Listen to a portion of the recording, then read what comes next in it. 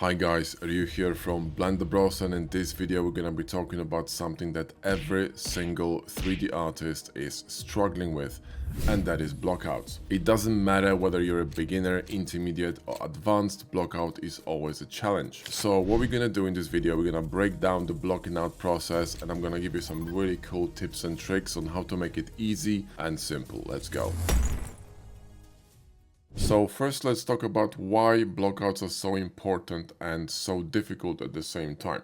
Blockouts are essential stage of any modeling because, they're the beginning of any model, but also they are the foundation in terms of proportions and balance. And if you do not get the blockout right, everything after that's gonna look wonky, right? The gun, the robot, the car, the whatever you're modeling. So the blockout is really crucial, and the reason why it's challenging is because it's the first thing you model. Once you have the blockout in place, it's much easier to place details, because when the blockout is really well proportioned and well balanced, details gonna place themselves, because your brain will start seeing structures, patterns, etc., and you'll know where to place details or how to refine the blockout. It's much easier, okay? However, the first stage is a bit difficult. So what's the trick, right? How to create really cool blockouts with ease? Well, look, it's really simple, surprisingly, okay? What you need to do, you need to take an image or an idea that you are basing your blockouts on, and you need to simplify it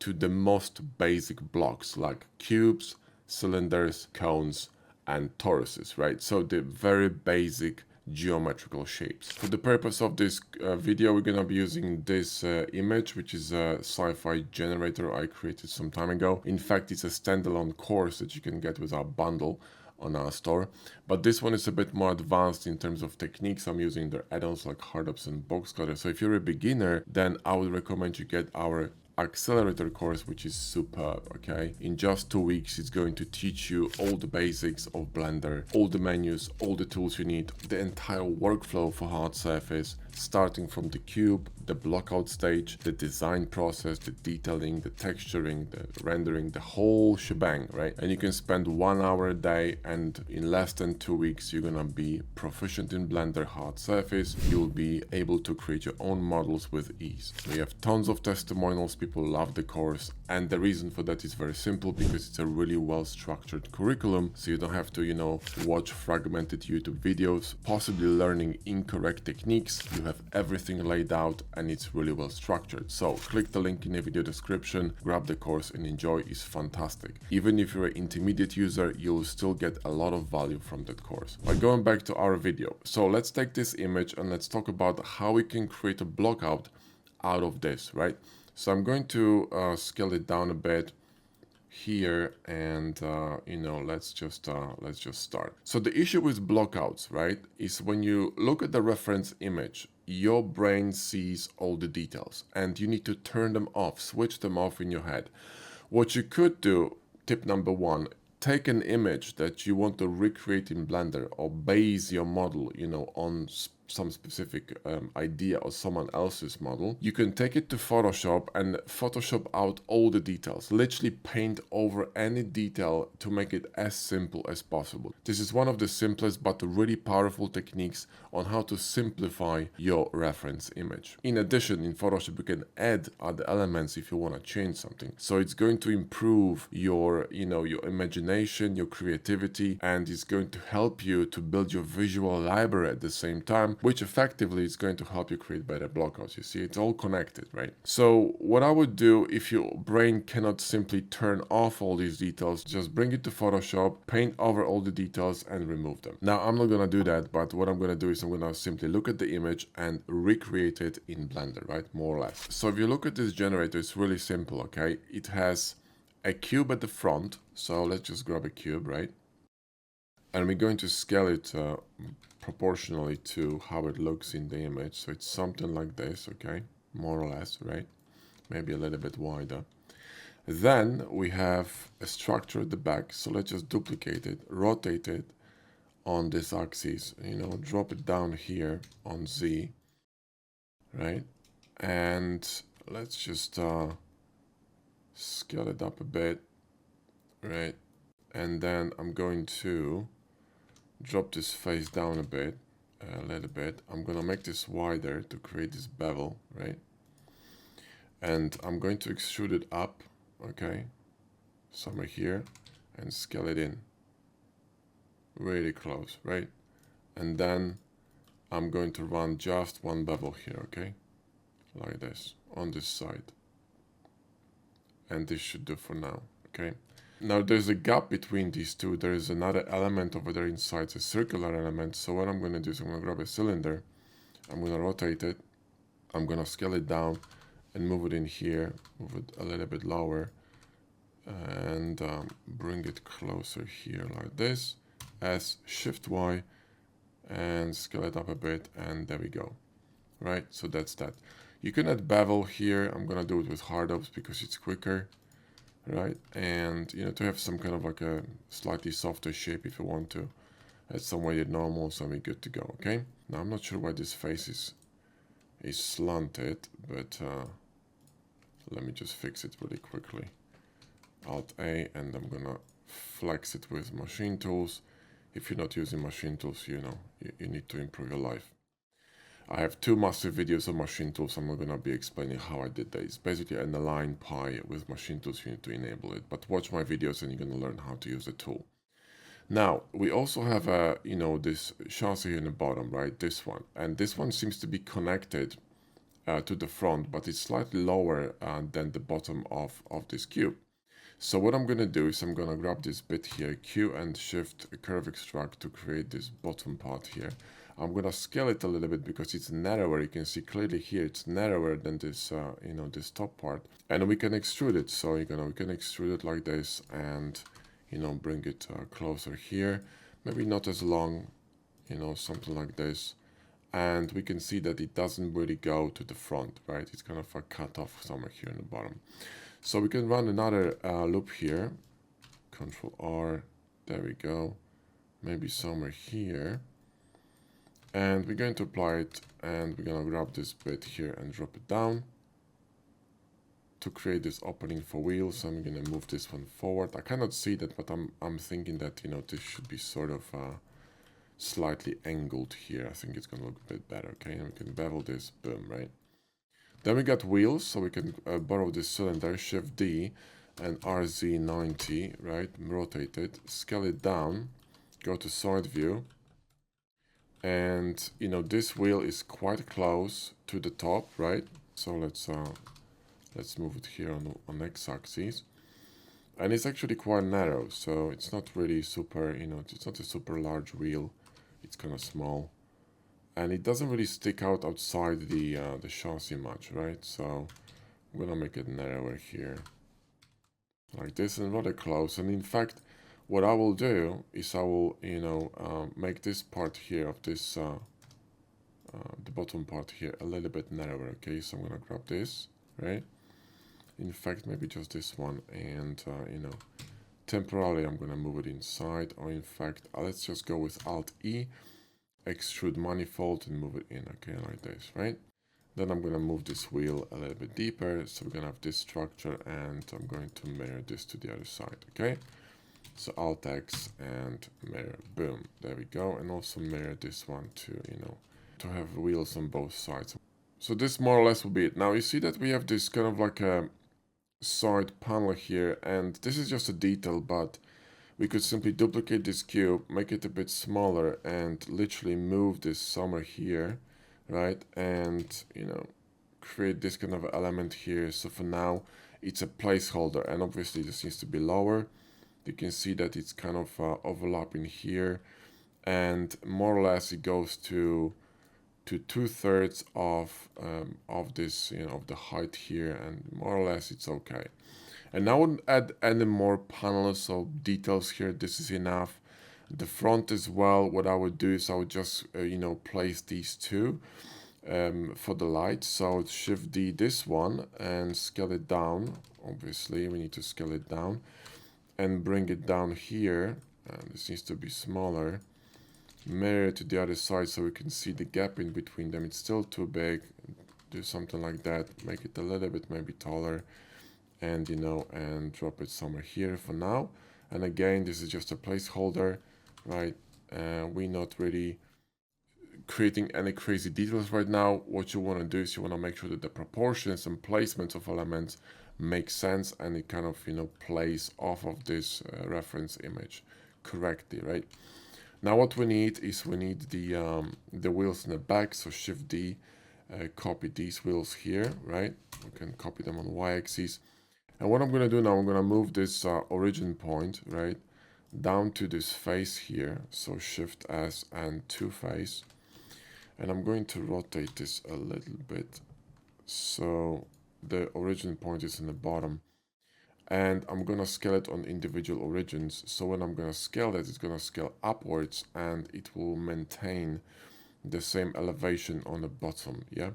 Now this wheel here is quite large, and you can see that it's actually encroaching to maybe 2/3 of this face here, okay, this slanted face. So we're gonna make this larger like this, and you know, move it a little bit closer here, or maybe actually this is fine. And then we're gonna create, you know, these wheels obviously are wider, so they feather apart. You can clearly see that they outside. There's a lot of clearance between the wheels and the chassis, and they're a little bit fatter too. So we're gonna make them fatter, right, like that. Cool. And then we need this kind of like a, you know, sort of like a mud flap or whatnot. So we're going to grab a plane, right, drop it down here, and the plane goes, you can see clearly here, this goes on the top of a chassis, and there are 2 of them. So we're going to place one of them here, make it a little bit more narrow, right, grab this edge here. We're going to move it outside just a little bit. I need to see what I'm doing, somewhere here. Then move it up somewhere here like this. You can hold Control for an angle, and EX extrude it out. Now see, this wheel is still too close, so let's move it out here. This wheel is much further. We need to make space for the you know, for the suspension. And now we're gonna have this, you know, element going down, so E and down, can hold Control. There we go. And now we need to basically fit it, right? So we need to fit the wheel to it. So let's solidify it. So solidify it inside like this, right? There we go. That should be fine. And this wheel could be still further away here, you know, a little bit, and maybe a bit thicker, you know, like that. Okay, cool, awesome. Now let's apply scale here, and what I'm gonna do is I'm gonna apply a chamfer to sort of, you know, mimic the this sort of a structure, and do something like this. And we could do a similar thing here because that's actually identical. So let's, you know, let's chamfer this. Let's apply scale, and, you know, do the same thing basically. So insert it and extrude it, right? Cool. So now we need the same thing in the bottom in a way. So Shift D and move it here, RX and 180, and we're gonna drop it down, right? And we don't need this part here, so Control plus and, you know, delete edges. In fact, let's delete faces. There we go. And what we need is just the, you know, this kind of like a support that actually holds the wheel, okay? So we need to make this a bit more narrow, right? So SY and scale it down like that. And we're going to simply grab that and, you know, pull it into the wheel here, right? And then we can mirror both to the other side. Then obviously you need some bevels, but, you know, that's a detail. You could do it later on, or you could do it now, and, you know, just bevel it. Maybe it's a bit too much. And, you know, for now this will do. Same here, Control B, and boom, right? And, you know, that will do. So now you see that we basically recreated this model using just very simple blocks, right? And this one could be fixed because it's not in the middle, so let's move it somewhere here, mirror it across here. Let's apply let's actually turn off the bevel, because recently bevel is actually a bit bugged with hard ups when you use smart apply. it's actually applying the bevel. So I'm gonna nuke that, sharpen this bevel. There we go. And you know, this top needs to be a bit improved. So what I would do here actually, I would merge all these with Shift 1 and here as well. And then grab this edge because you see there's a bevel on the top and simply bevel this instead like that, okay? And there you go, there's your, you know, your structure. This could be a little bit larger, so we can make it a bit larger here and maybe a bit more narrow, you know, and Bob Janko, right? And you got the shape. So this is exactly how I would think when I'm blocking out. And then you go into refinement stage. So what you do next stage is you're gonna be moving the elements to make sure that the proportions of the blockout, of this very basic blockout, are spot on. In my case, you know, they look fine, but you know, you could refine it and say, make this cabin a bit narrower, make, you know, place the wheels in different spots, maybe add double wheels at the back, you know, so do kind of like a dually track. You could just start changing things at this stage and make it a bit more personal. And once you're done with this, you're good to go with the primary detail, which is gonna be, you know, these kind of canisters on sides, the cables, these pipes here and holders, whatever, the bumper here in the front, you know. Then you could redefine this, the bottom part in between the wheels, whatever it's called, right? And then create this kind of a cutout here in the front. This is all a refinement stage of the blockout. And once you're going to create these, the details gonna be placing themselves. It's really simple and easy to place details when your blockout is balanced, because your brain will tell you automatically where these details should go. And if you're still struggling with this stage, what you can do is gather multiple references of similar things. Let's say you're modeling a robot and you know you gather 10, 20, 50 references of similar ideas. And what you want to do, you want to scout for parts and bits that gonna fit your design and kind of make them your own, right? It's a bit more advanced, but you want to strive to get to that level and try to push your skills and limits in order to become better at modeling. So to sum it up, what you want to do when you're blocking out, you want to use very basic blocks and foundations of geometry like cubes, cylinders, which is literally what we used in here, planes, right? To recreate the balance of the general shape that you're seeing in reference. And if the reference is really noisy and there's a lot of detail and it's very distracting,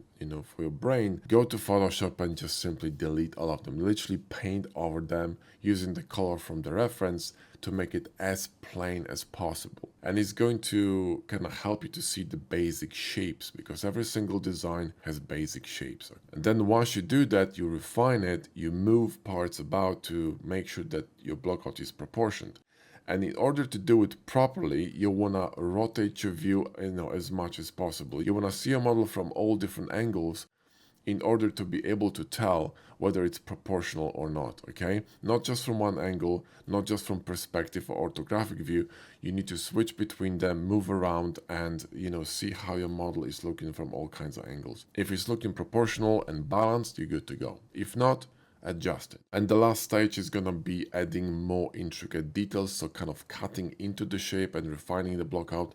And that's where you want to look at other references, possibly, you know, kind of expand your visual library and, you know, go with a trial and error, okay? You want to try something, if it doesn't work, change it, go back, whatever. And if you follow this simple process, you're gonna become better at blockouts. And honestly, the only way to become really good at modeling is practice. So you need to do it over and over and over again. And remember that if it's challenging, it's good.